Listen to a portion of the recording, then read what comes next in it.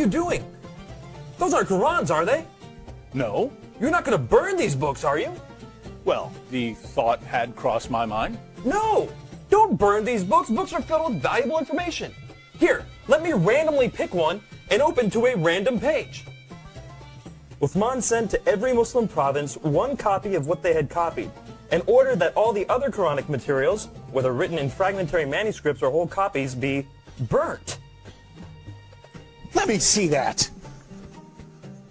Uthman ordered that all other Quranic materials be burnt. So there's already been a Burn the Quran Day.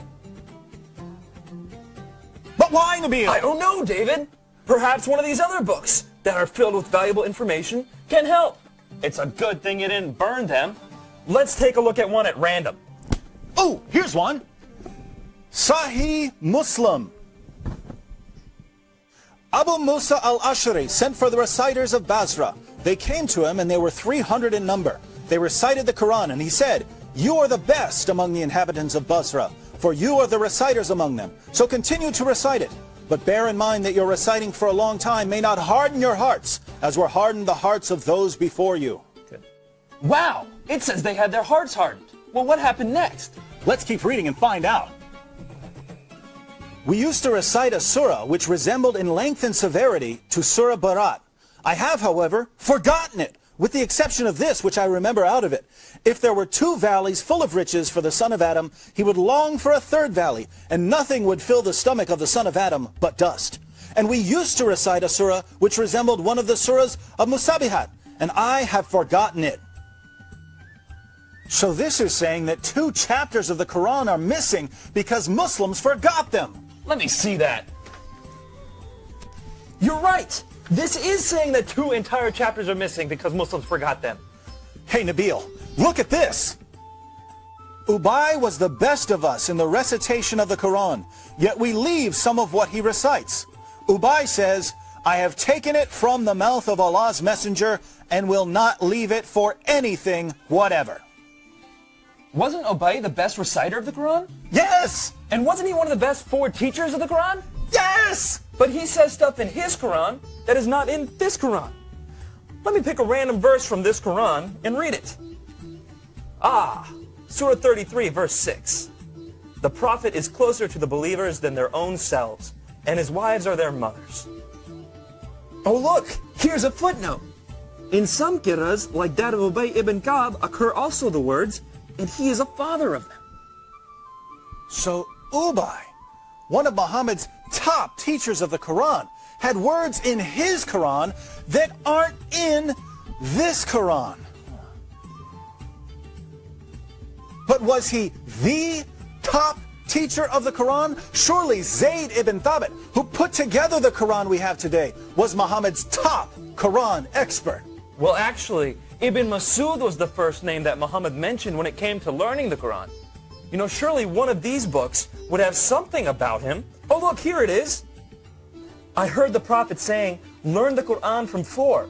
Abdullah ibn Masud, Salim, Mu'ad, and Ubay bin Ka'b. I wonder what Muhammad's top teacher of the Quran has to say about it. Let me pick up another one of these books at random. Here's one. The people had been guilty of deceit in the reading of the Quran. I like it better to read according to the recitation of him whom I love, more than that of Zayd ibn Thabit. Wow, according to that book you're holding, Muhammad's top teacher of the Quran is saying reading today's Quran is like being guilty of deceit. I wonder if any of these other books have something to say about it. Here, let me look at this one. Oh, there it is. O you Muslim people, avoid copying the Mus'haf and recitation of Zayd bin Thabit. By Allah, when I accepted Islam, he was but in the loins of a disbelieving man.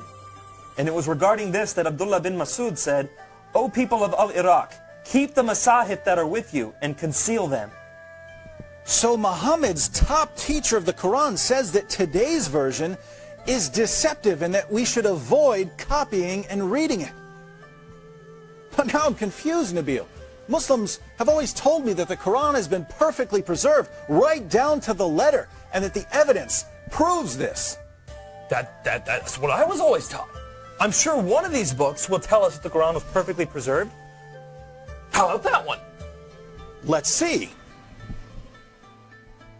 It was narrated that Aisha said, "The verse of stoning and of breastfeeding an adult 10 times was revealed, and the paper was with me under my pillow. When the messenger of Allah died, we were preoccupied with his death, and a tame sheep came in and ate it?" The verse of stoning and the verse of breastfeeding? David, are these verses in the Quran? No! Then why not? Because Aisha's sheep ate them! David, we should read all these books and get to the bottom of this.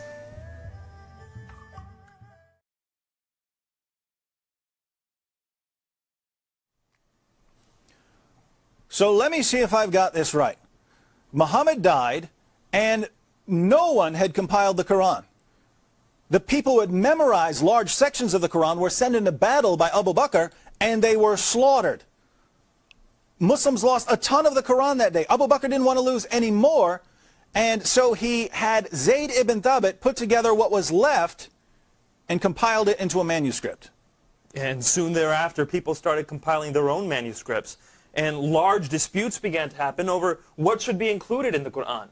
Ibn Masud had only 111 chapters in his Quran, while Ubay ibn Ka'b had 116 chapters. And Zayd, who compiled today's Quran, only had 114 chapters. According to Muslim sources, entire chapters of the Quran were lost. Large sections of chapters have been lost. Individual verses have been lost. And in the end, Uthman put together what he could, put out his own official version of the Quran, and burned all of the evidence. Wow. Sure, I'm glad that no one burned this evidence. Nabil, let's agree that we're never going to burn any book, no matter how much we disagree with it. Yes.